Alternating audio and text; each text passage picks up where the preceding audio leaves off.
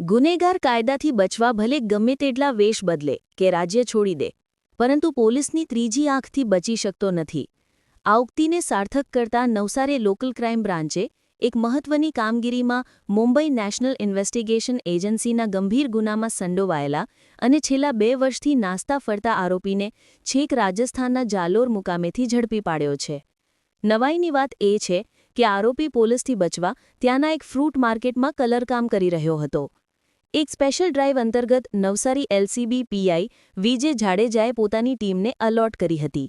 આ દરમિયાન head constable Lalu Bharatsinh અને કોન્સ્ટેબલ મનોજ સમાધાનભાઈને ટેકનિકલ સર્વેલન્સ અને બાતમીદારો મારફતે ચોક્કસ માહિતી મળી હતી કે સાબરમતી મધ્યસ્થ જેલનો પાકા કામનો કેદી મોહમ્મદ મહેફૂઝ રિયાઝુદ્દીન શેખ રાજસ્થાનના જાલોરમાં છુપાયો છે. આરોપી મુંબઈ એનઆઈએના ગુનામાં 7 વર્ષની સજા ભોગવી રહ્યો હતો અને પેરોલ પર છૂટ્યા બાદ 2 વર્ષથી ફરાર હતો. બાતમી મળતા જ એલસીબીની એક ટીમ તાત્કાલિક રાજસ્થાન રવાના થઈ હતી.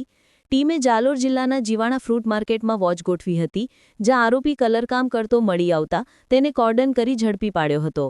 પોલીસે આરોપીનો કબજો મેળવી તેને જેલ હવાલે કરવાની તજવીજ હાથ ધરી છે.